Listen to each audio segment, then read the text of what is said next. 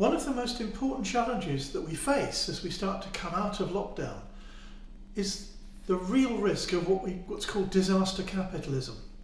A lot of people are under very real stress, financially, emotionally and more, and that makes them a very easy prey for the other kinds of parasites that we have in our culture. I often describe investors in terms of 5 quite different categories.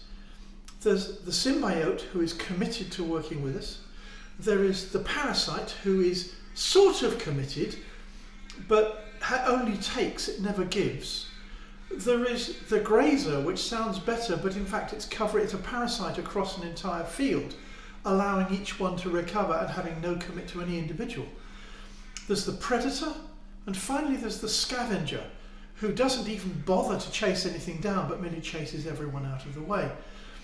And there are huge problems around this because they cause enormous damage, not just to individuals, but to society as a whole. I remember going to a gathering on property management and property issues, and one of the people there, one of the presenters said, "We love divorce," he said, "because people are always fighting. That means it's easy pickings for us. It means we make our profit from other people's pain." And it is not exactly a good idea when you want to have a society that actually works, when you have people running around profiting from other people's pain.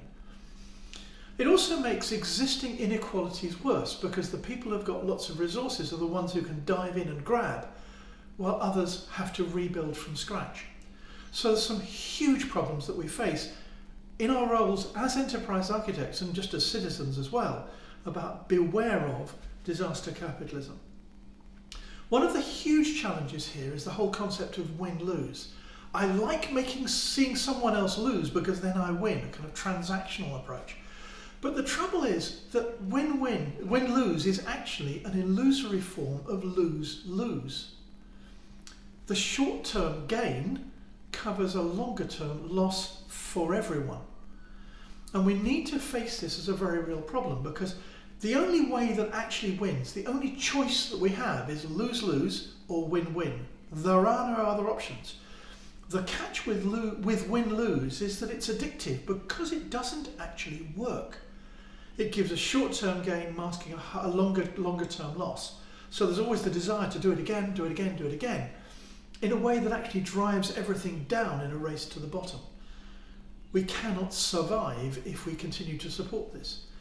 But also in a practical, everyday sense, it's very hard to protect ourselves against scavengers and parasites, because many of the social structures we have are actually set up to support them and not us.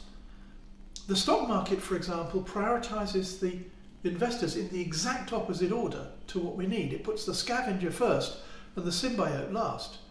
So we need to watch in ourselves as well how we tend to look for a bargain, something coming up. Hey, great, I can profit from someone else's trouble. We need to watch for this in ourselves. We need to check everything that we do for fairness as best we can. Fairness to ourselves, but also fairness to others. Otherwise, we will kill ourselves by supporting the parasites that set out to destroy us.